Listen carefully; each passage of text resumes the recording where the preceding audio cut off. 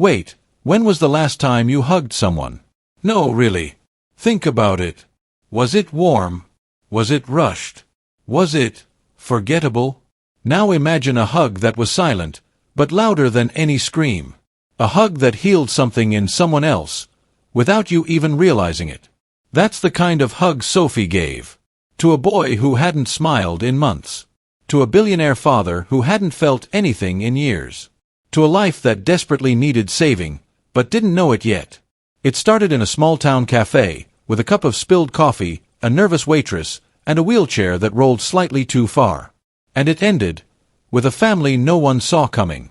So, are you ready for the hug that changed everything?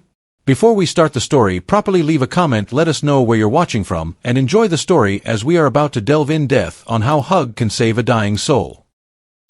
The tall glass windows of Cole Industries reflected the early morning sun like a mirror, but inside the penthouse office, there was no warmth. Only silence. Silence and a man staring blankly at the city he owned piece by piece. Ethan Cole adjusted his cufflinks. He wasn't checking the time. He never needed to. Everything in his life was scheduled to the second. Precision was his religion. Control was his language. Sir, his assistant's voice came through the intercom, your car is ready. And your son is with the driver. Ethan didn't answer immediately. He turned slightly, eyes scanning the framed photo on his desk. A woman. Beautiful. Gone. And beside her, a young boy, Liam, smiling with his head tilted, as if trying to understand the world. Ethan sighed, picked up the photo, then set it back down. I'm coming. The car ride was quiet. Liam sat beside him in the back seat, his small hands resting on the edge of his wheelchair, his eyes gazing out at the moving blur of the city. His legs, thin and motionless, were wrapped under a soft blanket. Ethan didn't know what to say. He never did. He looked at Liam. The boy looked back, expression unreadable. Then, slowly, he reached into his pocket and pulled out a tiny toy car. He rolled it on his lap. No words. Just movement. Ethan swallowed hard. We're going to the countryside, he said stiffly. A business retreat. Just for a few days. Liam nodded once. That was it. Always minimal responses. Always distant. But Ethan remembered a time when Liam wasn't like this. A time when he laughed, really laughed. Before the accident. Before the silence. Before his wife, Clara, was taken from both of them. Since then, Ethan buried himself in work. The boardroom became his second home. But being a billionaire didn't mean a thing when your own son stopped speaking and flinched at your touch. He never knew if it was grief. Or trauma. Or maybe, just him. They arrived in the small town of Willow Creek late that afternoon. Ethan didn't care for the flowers by the sidewalks or the little bakery on Main Street that claimed to have world's best cinnamon rolls. He just wanted to finish his meeting and get out. But Liam looked different here. His eyes darted curiously at the painted shop signs, the people walking dogs, the sound of laughter. Ethan noticed. So he agreed, just for a change, to stop at a small diner nearby for lunch. Penny's place. It looked old but charming. Checkered curtains, soft music, and the smell of grilled cheese and cinnamon. It was the kind of place Clara would have loved. They took a corner table. Liam stayed in his wheelchair beside Ethan. A few people glanced at them when they entered.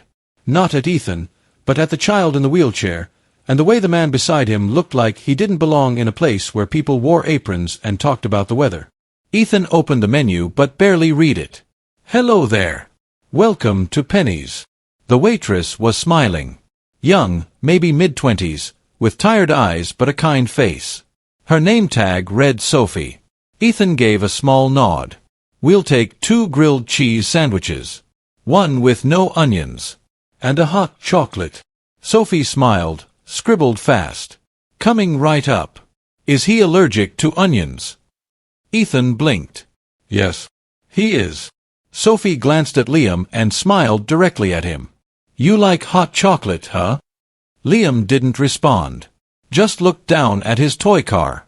I'll make it extra marshmallow. Why? She added gently, like she was talking to a shy little brother. Ethan stared at her for a moment. She wasn't trying to be polite. She was connecting, in a way he hadn't managed in months. Minutes passed. The diner buzzed with chatter. Sophie returned with the food, carefully placing Liam's plate where he could reach it. "There you go, champ." Then she did something that caught Ethan completely off guard. She knelt beside Liam. "Can I show you something cool?" From her apron pocket, she pulled out a tiny paper napkin and began folding it swiftly. Within seconds, she had made a little bird. Liam stared. His eyes lit up slightly. "His name is Mr. Flappy," she whispered. "Wanna hold him?" Liam hesitated, then nodded slowly. Sophie placed the paper bird in his hand and stood up with a soft smile. Ethan was speechless. Liam was holding it like it was made of gold. After lunch, Ethan reached into his wallet. "Keep the change," he said, sliding a crisp $100 bill onto the table. But Sophie barely looked at it. She was waving goodbye to Liam instead. "Bye, Mr. Flappy," she said cheerfully. "Take care of your bird, all right?" Liam smiled. Not a full one, but a tiny, unmistakable curl of the lips. Ethan froze. It was the first real smile he'd seen from his son in weeks. Later that night, in their hotel room, Ethan watched Liam sleep. The boy still clutched the paper bird in his hand. That's when it hit him. It wasn't the money. It wasn't the therapy. It wasn't the finest doctors he flew in from overseas.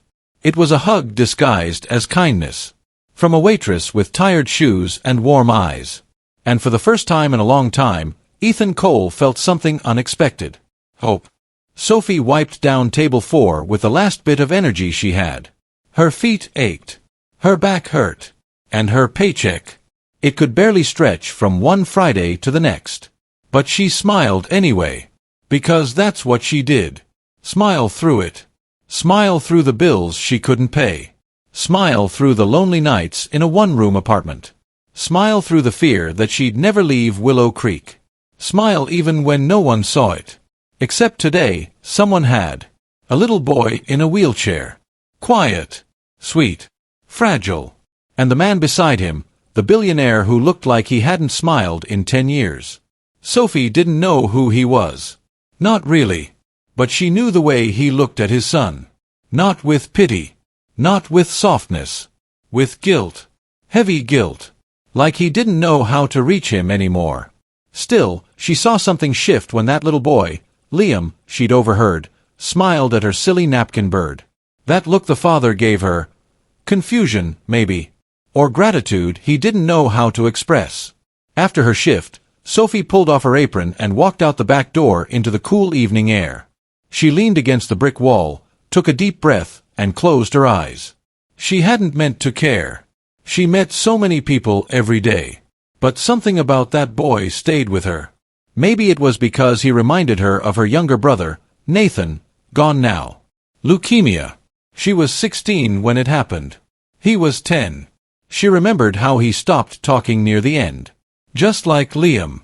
How he held on to little things, paper toys, soft blankets, because they were the only things that didn't hurt him. Sophie exhaled. She thought she had healed. But the ache in her chest told her otherwise. The next morning, Sophie was back at Penny's place by 6:45 a.m., tying her apron and flipping the chairs off the tables. Business was slow on weekdays, but she didn't mind. Around 9 a.m., the bell above the diner door rang. And there they were. Ethan Cole and Liam. Sophie blinked. Didn't expect that. Back so soon, she smiled, grabbing 2 menus. Ethan nodded slightly. He insisted. Sophie turned to Liam. Well, you've got good taste. The boy didn't say anything, but again, that small hint of a smile. This time, they sat at booth 6, closer to the window. Sophie noticed Liam staring at the sunshine streaming through the blinds, his fingers slowly folding and unfolding Mr. Flappy the paper bird. Ethan sat stiffly, as usual. But his eyes were watching Sophie, more curious now. She brought them their usual order without asking. I hope extra marshmallows are okay today, she said, setting the cup down in front of Liam. He was asking for them in the car, Ethan said quietly. Sophie's heart softened. That meant Liam had spoken. Even just a little. That's a big win, she said with a warm grin, trying to keep her tone light. Ethan looked up at her for a long second. Then, with a strange expression, like he was still learning how to use his mouth properly, he said, "Yes, it is."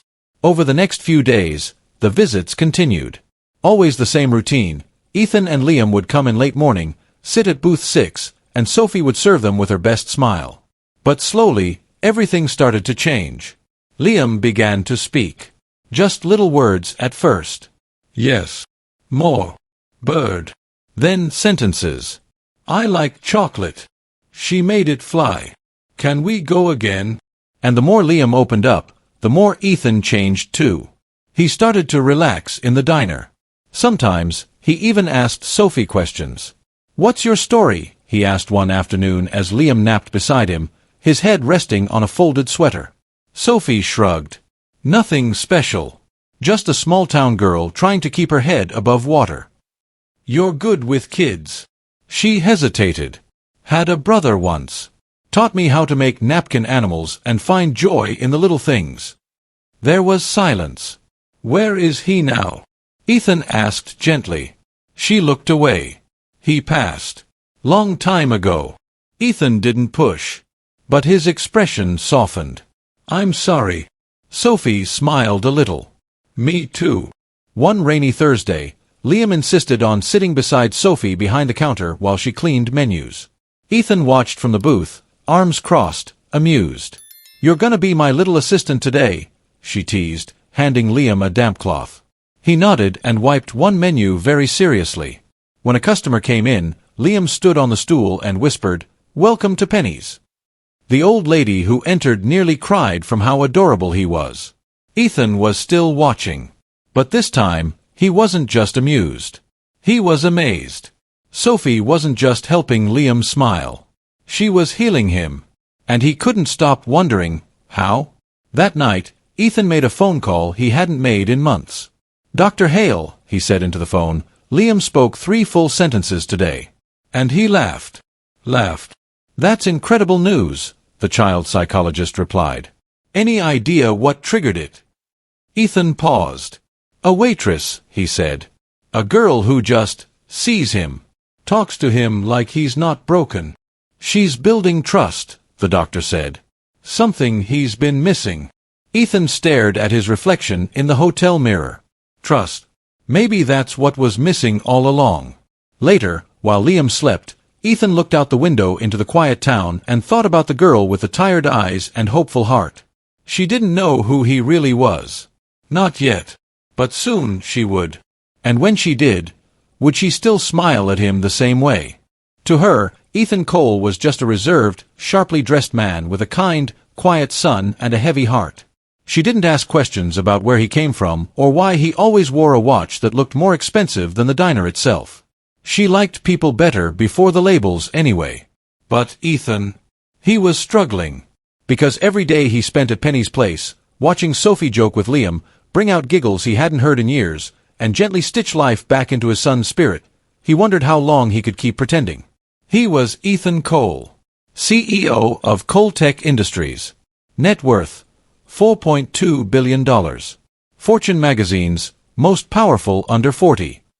Father of a son he almost lost, twice. And none of that mattered at booth 6, under the flickering light of a small-town diner. That evening, Ethan sat alone in his hotel room, a newspaper spread open on the table. His assistant, Nina, was on a video call. "You've been off the grid for 2 weeks," she said, brows raised. "People are beginning to ask questions." "Let them. You missed 2 board meetings.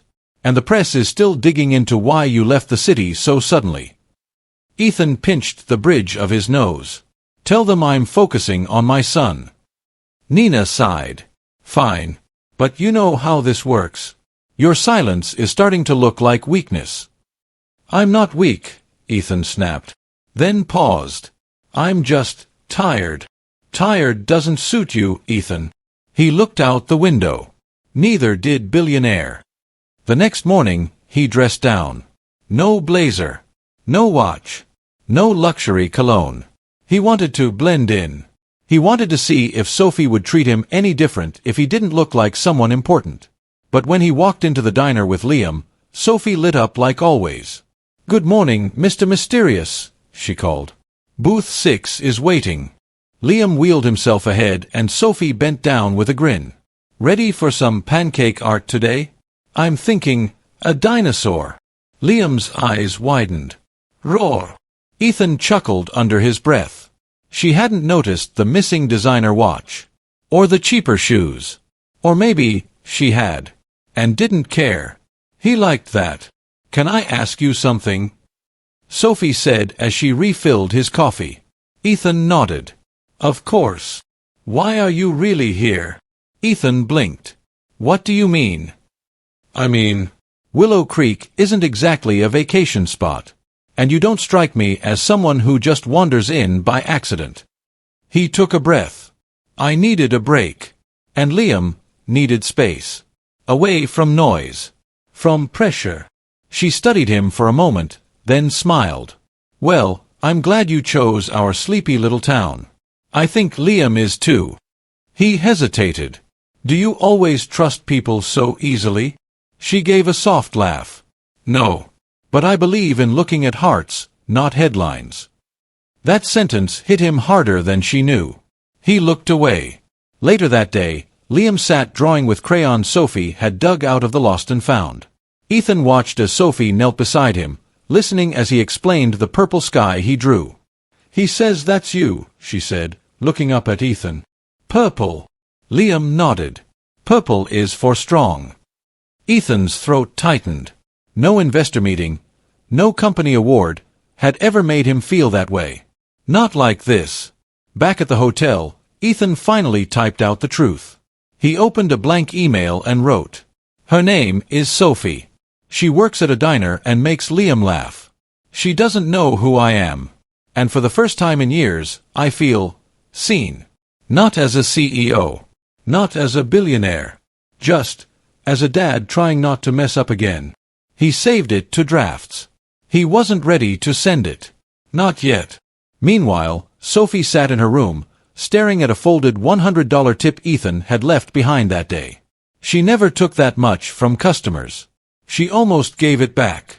But something told her it wasn't just money. It was gratitude he didn't know how to speak. She smiled. Then unfolded the napkin it had been wrapped in.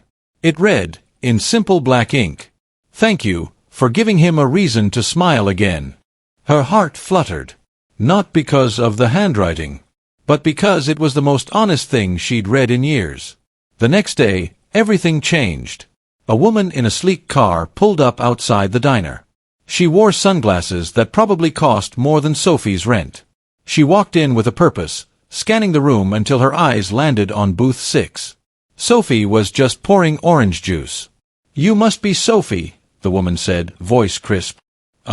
Yes. I'm Nina, Ethan's assistant." Sophie blinked. "Assistant?" Nina raised a brow. "You didn't know?" Sophie shook her head. "Know what?" Nina glanced toward Ethan, who was walking in behind her, face unreadable. Ethan Cole. As in Coltech. Billionaire tech mogul. Forbes cover, last year. Sophie turned to Ethan, stunned. "You?" Ethan looked guilty. "I was going to tell you," he said quietly. "I just didn't want it to change anything." Sophie took a step back. "But it does." The room felt suddenly smaller. Liam looked confused. Sophie looked hurt. Outside, under the diner's awning, Ethan tried to explain. "I never lied," he said. "I just wanted to be someone else for a while. Someone normal. Someone you wouldn't look at like." "Like what?" Sophie asked, arms crossed. "Like someone I could actually trust." He winced. "I didn't mean to hurt you." She sighed. "You didn't hurt me, Ethan. You just reminded me why I don't trust easily." There was silence. Liam rolled up beside them, holding something in his hand. Mr. Flappy, the napkin bird. He offered it to Sophie with big eyes. "Don't go," he said softly. Her heart cracked. She knelt beside him and took the paper bird. "I'm not going anywhere, buddy." Then she looked up at Ethan. "I just need time." And with that, she walked away, heart full, head spinning. Ethan watched her go, knowing that if he wanted a second chance with Sophie, it wouldn't be bought with money. Only with truth. Sophie didn't come to work the next day. Ethan noticed the empty counter the second he stepped into Penny's place with Liam. No sunny smile. No playful wink. No purple dinosaur pancakes. Just silence, and a different waitress who gave Liam a forced grin he didn't return. Ethan sat at booth 6, heart heavy. "Where is Miss Sophie?"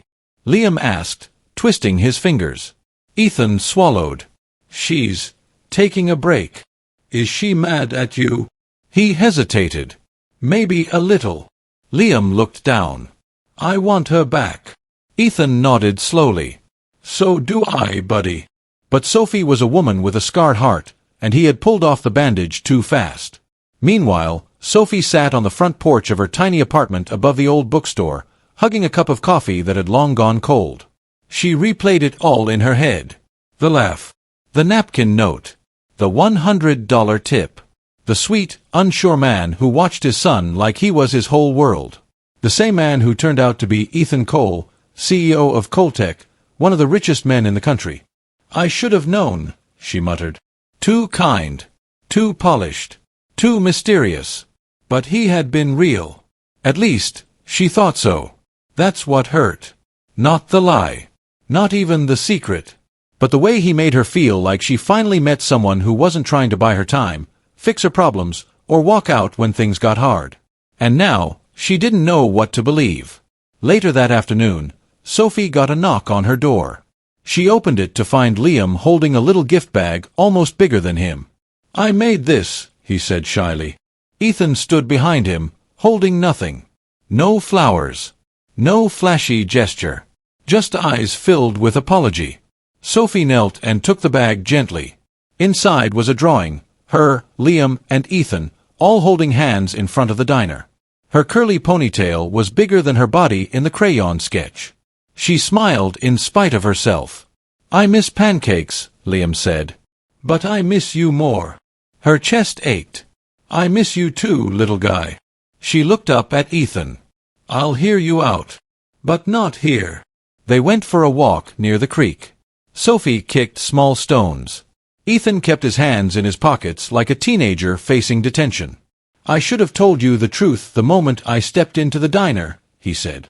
"Why didn't you?" "Because the way you looked at me, like I was just some tired dad. It felt like the first time someone didn't expect anything from me." Sophie nodded slowly. "You wanted to escape." "Yes." "From what?" He exhaled. "From a world where love feels like a transaction. Where people shake my hand but watch my wallet. Where my son's pain was just a footnote in another press release." Sophie's eyes softened. "You think money solves everything?" "No," he said. "I think it makes people forget what matters." "And what matters to you now?" He looked at her. "My son." And the woman who brought life back into his eyes. Sophie felt her heart shift. But walls don't crumble that easily.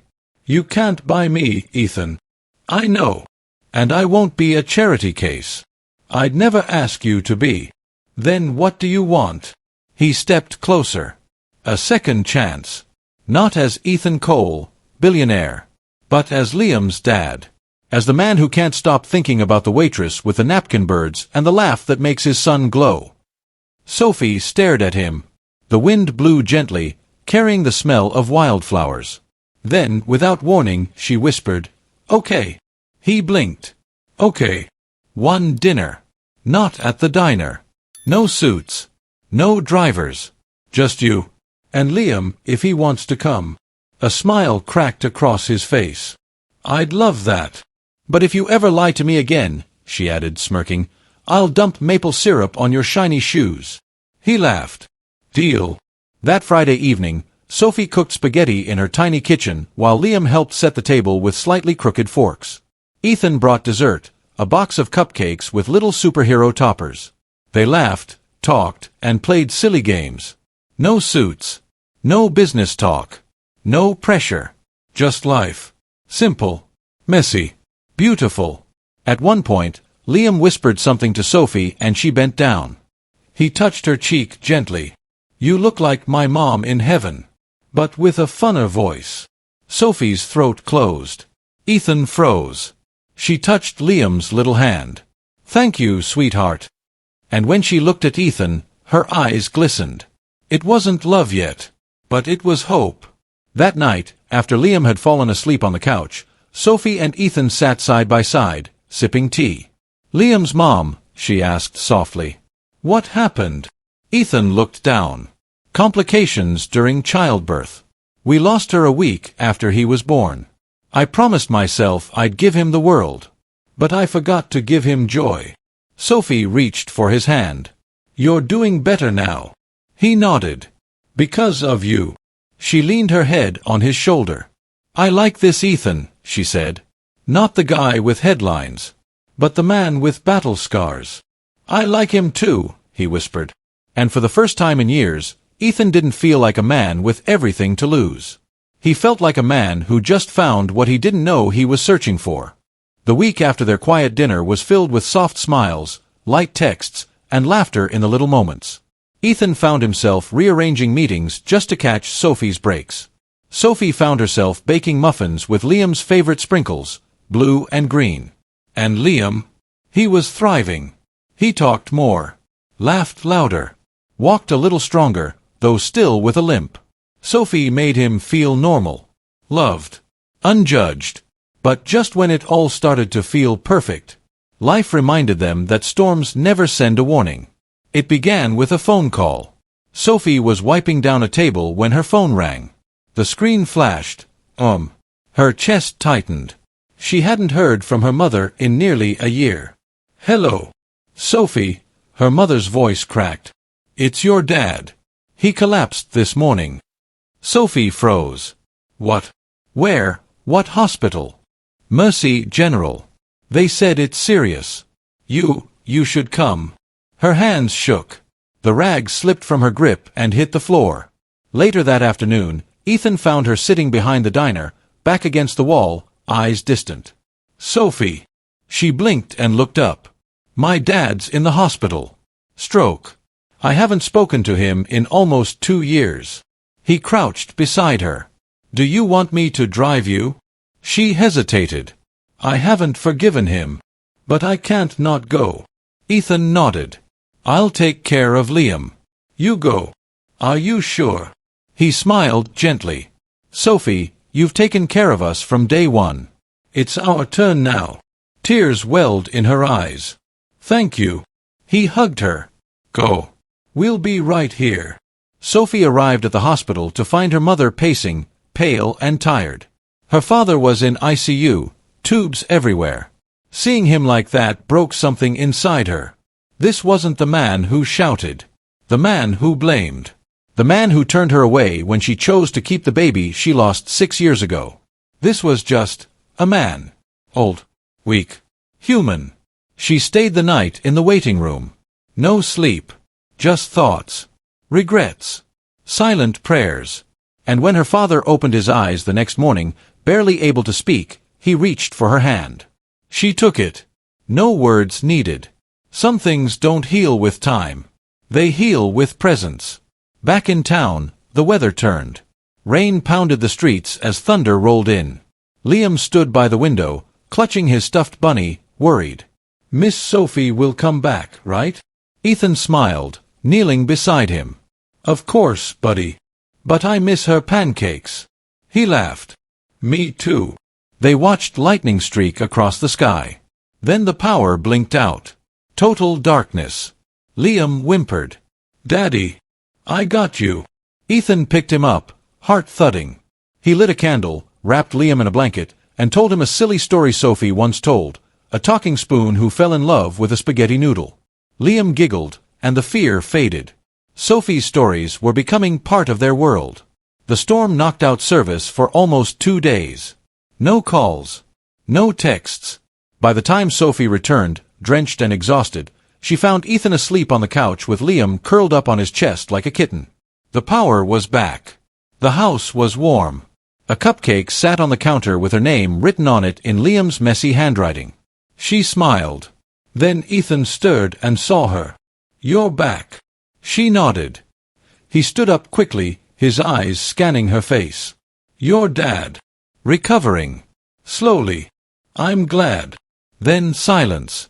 Until Sophie stepped forward and wrapped her arms around him. No words. Just a long, deep hug.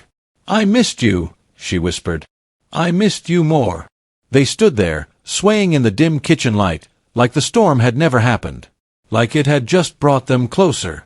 Later that night, with Liam asleep again, Sophie and Ethan sat outside under the stars, a blanket wrapped around their shoulders.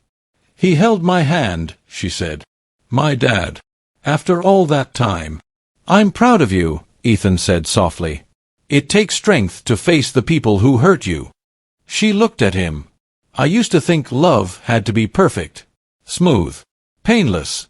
But now I know, it's about staying, even through storms." He took her hand. "Then I'll stay. For as long as you'll let me." She smiled. Then, leaning her head on his shoulder, she whispered, "Then don't you dare leave." Some truths don't explode like thunder. They arrive like soft footsteps on a quiet floor, gentle but undeniable. And sometimes, the truth doesn't hurt because it's cruel. It hurts because it's real. It had been 2 weeks since the storm. Sophie had practically become part of the family. She dropped Liam off at therapy, helped him with puzzles, even got him to try scrambled eggs again, after declaring war on them last year. Ethan found his days brighter just seeing her in his kitchen, in his life. And yet, something lingered in the shadows. A part of Sophie she hadn't shared. One night, after Liam had gone to sleep, Ethan and Sophie sat outside again. The air was still. The moon, full and watching. "You never talk about your past," Ethan said gently. "I mean, before the diner. Before everything." Sophie sipped her tea slowly. Her hands trembled slightly. "Because it's complicated," she replied. "And messy." He waited. Finally, she exhaled. "I was 19. In love with a guy who said all the right things. He said we'd run away, have a baby, start a new life. I believed him." Ethan's chest tightened. "He left me," she continued. "When I told him I was pregnant, he vanished. No calls. No texts. Nothing." Ethan reached for her hand. "I lost the baby," she said, her voice barely a whisper. "Complications. Too soon. I never held her." Silence. "I named her Lily," Sophie added, "even if no one else ever knew she existed." A tear slipped down her cheek. Ethan squeezed her hand. "I'm so sorry, Sophie. She made me grow up. She made me stronger. But for a long time, I thought I didn't deserve to love anyone again." He turned her chin gently so she could see the honesty in his eyes. "You deserve love, Sophie. The real kind." Later that week, Ethan invited Sophie to a gala fundraiser for his company's disability foundation. She hesitated, but agreed. She borrowed a dress from a friend, simple, navy blue, elegant. When Ethan saw her, his breath caught.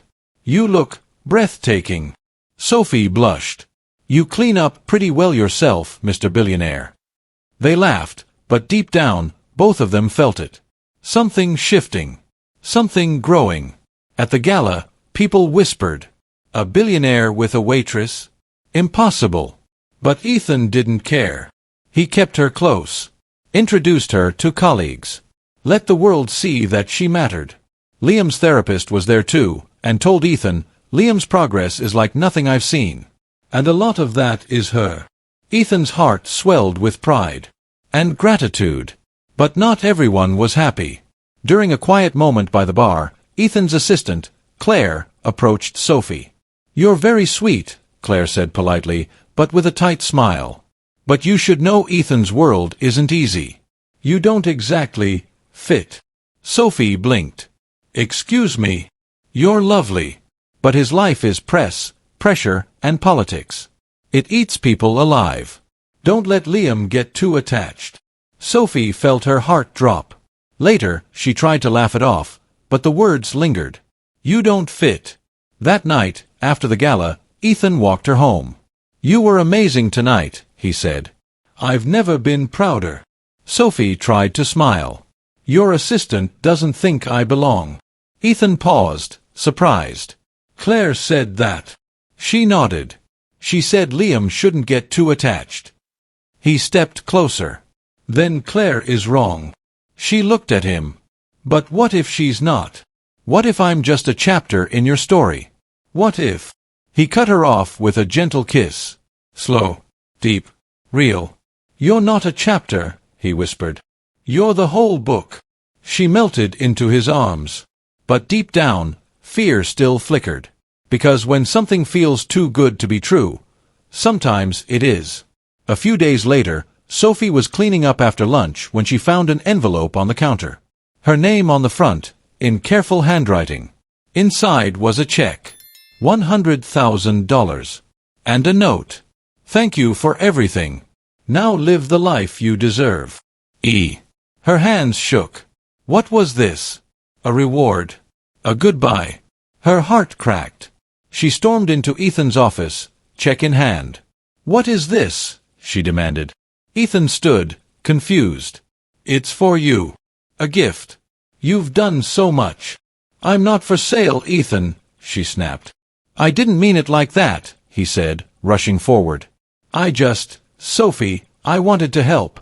She stared at him. So you fix things with money? Is that who you are? Ethan's voice lowered. I thought I was showing gratitude. Well, you showed me something else. She threw the check on his desk and walked out. Ethan stood there, stunned. And for the first time in years, he felt completely alone. When was the last time you hugged someone, really hugged them, without expecting anything in return? The kind of hug that says, I'm here. I understand. I'm not letting go. Ethan used to think love was built on gestures, grand, expensive, headline-worthy. But as he stood in his quiet living room staring at the check Sophie left behind, he realized something. Love is not the act of giving. It's the decision to stay. And she was gone. The house felt hollow without her. Liam asked for Sophie every morning. Did she go on a trip? Will she make pancakes tomorrow? Is she mad at me? Ethan's heart broke every time. He tried to distract Liam with games, toys, even ice cream for breakfast, but nothing worked. They missed her. He missed her. Meanwhile, Sophie tried to move on. She picked up more shifts at the diner. Stayed later. Talked less. Her coworker, Jenna, noticed. You okay, Soph? I'm fine. You sure? You look like you've been crying in the fridge again. Sophie laughed through tears. Just allergies. But it wasn't allergies. It was heartbreak. She loved him. She loved them. But how could she trust a love that came with a price tag? Even if Ethan didn't mean to hurt her. It reminded her of every time in her life someone tried to replace love with money. Her father. Her ex. Now Ethan. She had spent so long trying to be seen, not bought. Then one day, Liam showed up at the diner, wearing a tiny raincoat and holding a slightly crumpled flower. Ethan stood behind him, looking unsure. Liam handed her the flower. I missed you, Miss Sophie. She knelt down, heart aching. I missed you too, sweetheart. Ethan cleared his throat. Can we talk? They sat on the diner porch while Jenna watched Liam inside. Ethan started, I messed up. Sophie looked at him, silent. I didn't mean for the check to feel like payment. That wasn't my intention. I just wanted you to have something in case you ever needed to start your own business or... Sophie interrupted softly. You could have just asked me how I was feeling. You didn't need a pen and a checkbook. I know, he said. I panic when I feel helpless. Money's always been my shield. But with you, I want to learn a better way. She studied him. His eyes weren't cold or distant. They were vulnerable. Real. You hurt me, she said quietly. I know, he whispered. And I'm sorry. But Sophie, I love you. Not because of what you've done. Not because you saved my son. Just because you're you. Sophie wiped a tear from her cheek. I love you too. But I need to be sure that you don't just need someone to fix your world. That you want me in it. Ethan took her hands. Then let me prove it. One day at a time. She smiled. And this time, when he hugged her, it wasn't grand. It wasn't loud. It was soft, steady, safe. The kind of hug that says, I'm here. I understand. I'm not letting go.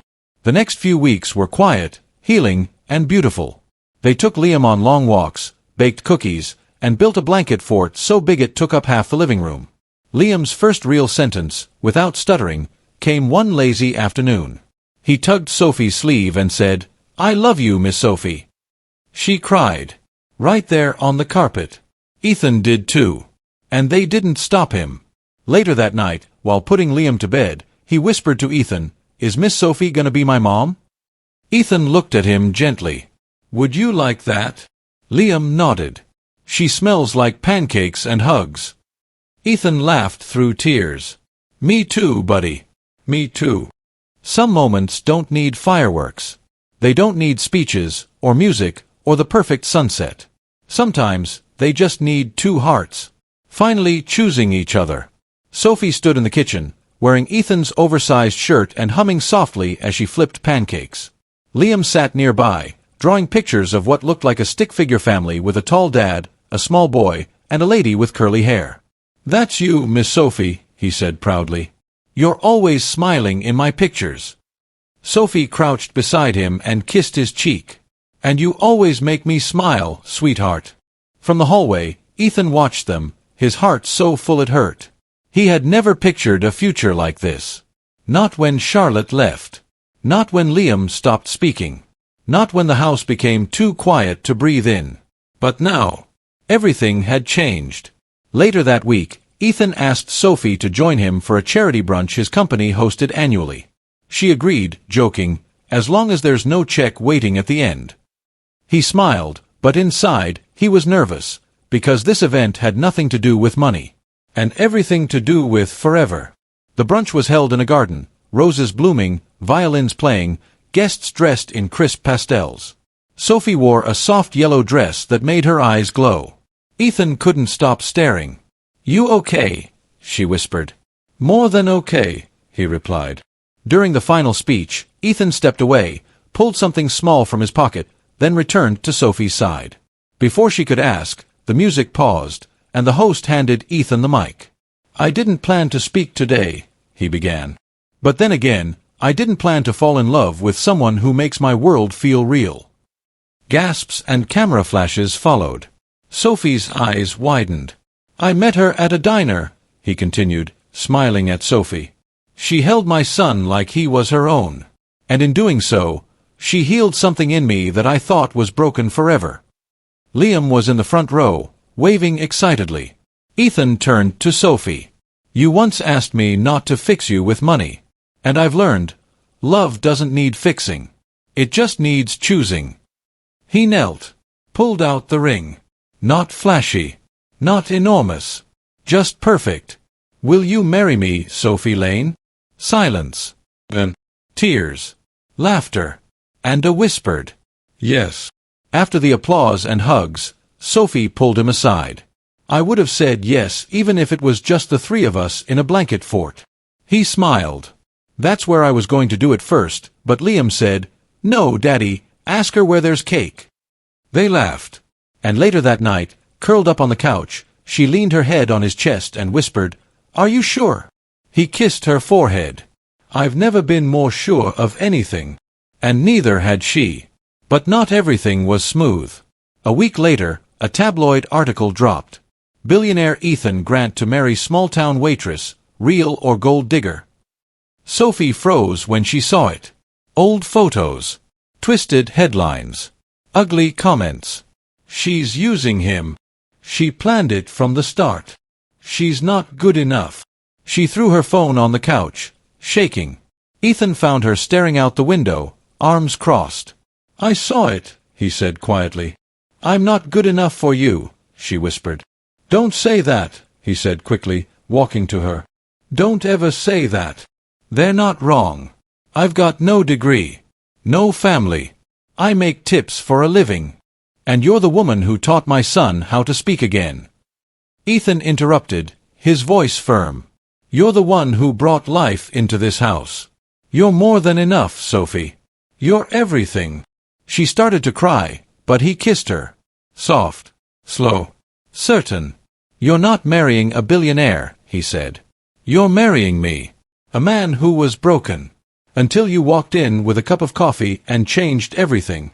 She nodded, eyes glistening. And they stood there, together, unmoved by noise, rooted in love. The morning sun rose gently over Willow Creek, washing the small town in a warm, golden glow. Today was the day everyone had been waiting for, the day when love, hope, and healing found a grand celebration. At the heart of it all were Ethan and Sophie, a man who had once been defined by wealth and a guarded heart, and a woman whose kindness had mended more than just one broken soul. The town square was transformed into a charming garden decorated with clusters of wildflowers, twinkling fairy lights, and handmade signs that read, "Love wins," and "Welcome home." Neighbors, friends, and even some of the local business owners arrived early, whispering excitedly about the unusual union, a billionaire who had found joy and purpose in the arms of a small-town waitress. Liam, now a bright and spirited 8-year-old with a booming laugh that could silence the harshest whispers, played near an ivy-covered fountain. With his crayon in hand, he had drawn pictures of his new family, a dad who always had a smile of hope, a mom whose hugs felt like the safest place, and a future filled with endless adventures. Inside the charming little chapel set under a sky of cerulean blue, the air hummed with anticipation. Guests filled the wooden benches, their eyes moist with the emotion of witnessing not just a wedding, but a transformation, a story of two people who had rebuilt broken hearts through the power of care and genuine connection. Ethan, dressed in a simple yet elegant gray suit, stood at the altar with a calm that belied the extraordinary journey he had taken. His eyes glistened when he looked out at the audience, but they shone brightest when they fell upon Sophie.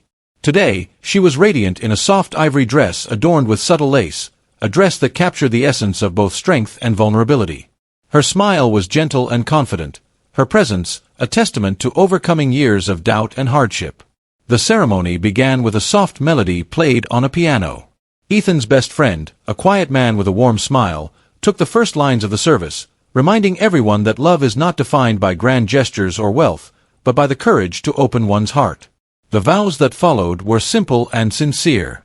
"Sophie," Ethan began in a firm yet trembling voice, "in a world that sometimes values glitter over truth, you showed me that the smallest gestures, a kind word, a warm hug, can light up the darkest corners of our hearts. You healed my son's silence and my own brokenness.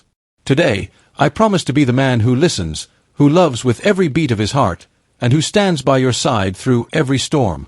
Her eyes filled with tears as she replied, "Ethan, you once told me that love is not about fixing or buying, but about choosing each day to live together in honesty and hope.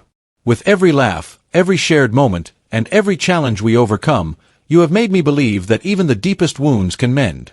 I promise to stand by you, to cherish our little moments, and to always remind you that our life is built on more than riches, it's built on the beauty of our shared journey." When the officiant pronounced them husband and wife, the chapel erupted into cheers and gentle applause. Even the local press, long skeptical of the match, was moved by the authenticity of the celebration. The love captured in every glance, every smile, even every tear, was undeniable. After the ceremony, the reception was held in a large barn decorated with hanging lanterns and rustic wooden tables. The chatter was warm, the music soft yet uplifting. Amid the smiles and clinks of glasses, Ethan and Sophie moved through the crowd, hand in hand. They collected stories from longtime neighbors and shared laughs with visitors who recalled the humble days of Sophie's work at Penny's place.